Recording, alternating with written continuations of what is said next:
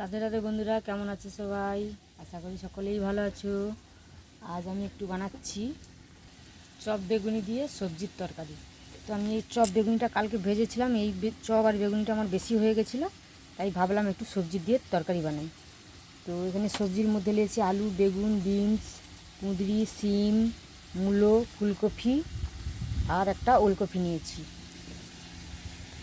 আর এখানে নিয়েছি রসুন 5-6 কোয়া, আমি গ্রেটারের সাহায্যে গ্রেট করে নিয়েছি। আদাটাও গ্রেট করে নিয়েছি। ধনা পাতা, টমেটো, পেঁয়াজ আর কাঁচা লঙ্কা।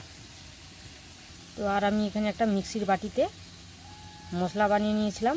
জিরা, সরষা আর শুকনো লঙ্কা একসঙ্গে পেস্ট করে নিয়েছি।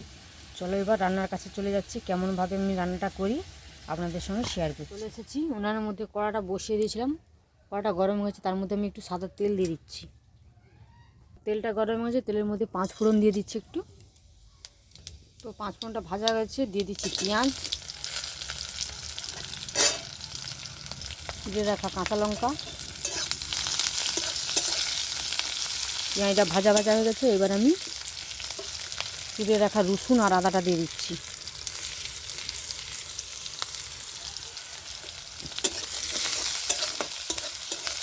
ভালো করে এটা আমি কষিয়ে নেব। তো আদা রসুন পেঁয়াজটা আমার ভালো করে ভাজা হয়ে গেছে, আমি এবারে সবজিগুলো দিয়ে দিচ্ছি।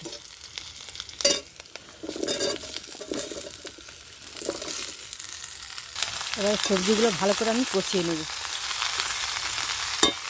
একটু ঢাকনা দিয়ে দিয়ে আমি কষাবো। তো ফিরে আসছি কিছুক্ষণ পর। তো ফিরে এসেছি কিছুক্ষণ পর, আমি ঢাকনাটা খুলে আমি সবজি আবার নেড়ে ছেড়ে দিচ্ছি একটু।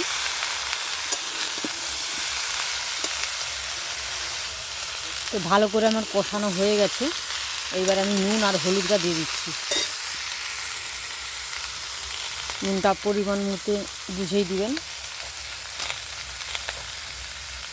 হলুদ, আমার মশলার সঙ্গে লঙ্কা বাটা ছিল বলে তাই লঙ্কা দিলাম না, আপনারা চাইলে গুঁড়া লঙ্কা দিতে পারেন।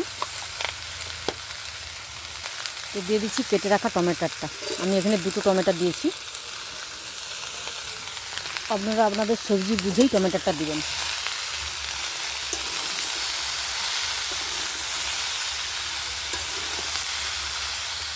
তো আবারও এই সব ভালো করে নেড়ে চেড়ে আমি আবার একটু চাপা দিয়ে দিচ্ছি।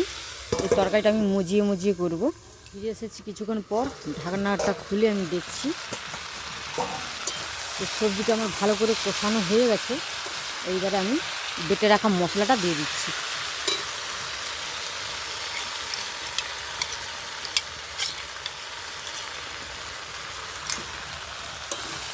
মশলাটা দিয়ে আমি ভালো করে কষিয়ে নেব।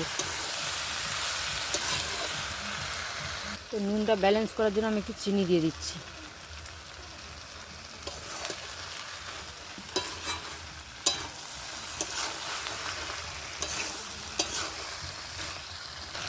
তো মশলাটা দিয়েও আমার ভালো করে কষানো হয়ে গেছে। এইবার আমি জল ঢেলে দেবো তরকারিটায়। তো মিক্সির বাটি ধুয়ে আমি একটু জল দিয়ে দিচ্ছি। তো জল দিয়ে দিয়েছি, ঝোলটা ফুটে উঠেছে। এইবার আমি সেই চপ আর বেগুনিটা দিয়ে দিচ্ছি। দিয়ে এবারে ঢাকনা দিয়ে আমি কিছুক্ষণ রান্না হতে দেবো। ফিরে আসছি কিছুক্ষণ পর আমি ঢাকনাটা খুলে দেখছি তরকারিটা আমার রেডি হয়ে গেছে কি না। তো তরকারিটা আমার রেডি হয়ে গেছে, সবজিগুলোও সব সিদ্ধ হয়ে গেছে। তো আমি এবার লাবানোর আগে একটু ধনেপাতা দিয়ে নামিয়ে নেব। একটু ধনেপাতার উপর দিয়ে দিচ্ছি আমি। তো তরকারিটা আমি নামিয়ে নিয়েছি, চপ বেগুনি দিয়ে সবজি, মিক্স সবজি। তো আপনারাও এরকম বানিয়ে খেয়ে দেখবেন, কেমন লাগে আমাকে অবশ্যই কমেন্ট করে জানাবেন। আর আমার রান্নাটা যদি ভালো লাগে আমার চ্যানেলটি সাবস্ক্রাইব করে আমার পাশে থাকতে ভুলবেন না।